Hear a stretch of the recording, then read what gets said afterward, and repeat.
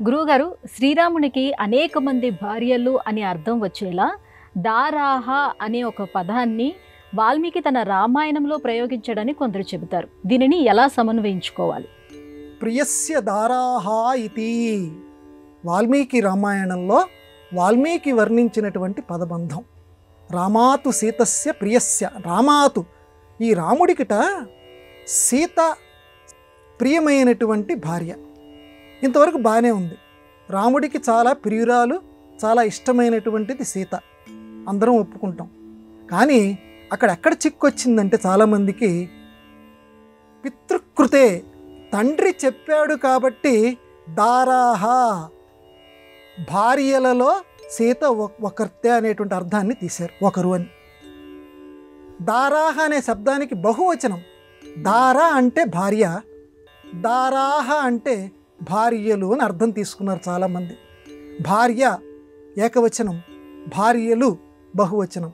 అరే రే రే, చూసారా మీరు, ఇంతకాలం రాముడు ఏకపత్ని వ్రతుడు అని అన్నారే.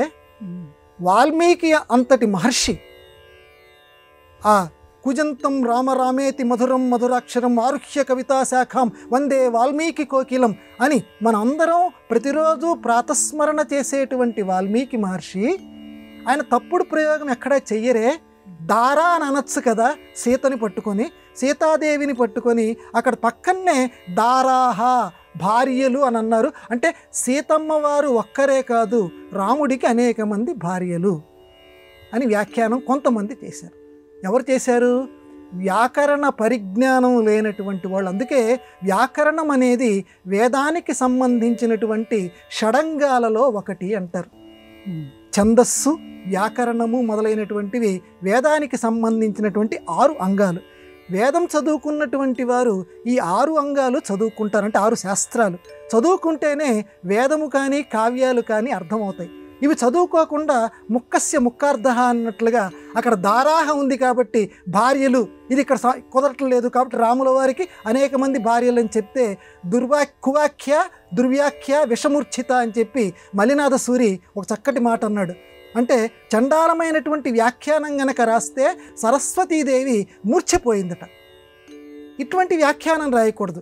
దారాహ అనేది సంస్కృతంలో వ్యాకరణ పరంగా నిత్య బహువచనాంతము వ్యాకరణం చెప్పింది. అంటే అది బహువచన శబ్దంగా కనపడుతుంది కానీ దాని అర్థం ఏంటంటే ఒక్కరే భార్య అని అర్థం. దారాహ అనే పదానికి ఒక భార్య అని అర్థం. కాబట్టి తండ్రి గారు చెప్పారు కాబట్టి సీతమ్మ వారు అనేటువంటి భార్య రాముడికి చాలా ఇష్టమైంది. అక్కడ ఒక్కరే భార్య కింద మనం స్వీకరించాలి. ఇక్కడ ఇంకొక విషయం కూడా చెప్పుకుందాం. తండ్రి గారు చెప్పారు కాబట్టి అది ఆధునిక సమాజానికి మనం అందించవలసిన సందేశం. పితృకృతే, తనంతట తాను ప్రేమించి పెళ్లి చేసుకోవాలా. పెళ్లి చేసుకున్న తరువాత తండ్రి గారు చేసినటువంటి వివాహం కనుక, భార్య కనుక, అలాగే సీతమ్మ వారు చక్కగా తన ఎడల ప్రవర్తిస్తోంది కనుక సీత ఎడల ప్రేమని రాముల వారు పెంచుకున్నారు. సంప్రదాయ సమాజానికి చక్కటి హితోపదేశాన్ని వాల్మీకి మహర్షి మనకి అందించారంటే తండ్రిని ఎంత గౌరవించాలి, వివాహ బంధం అనేది ఎలా ఉండాలి చెప్పకుండానే ఈ మాటలో వాల్మీకి మహర్షి మనకి చెప్పారు. ఇది కూడా మనం సందేశంగా స్వీకరించాలి.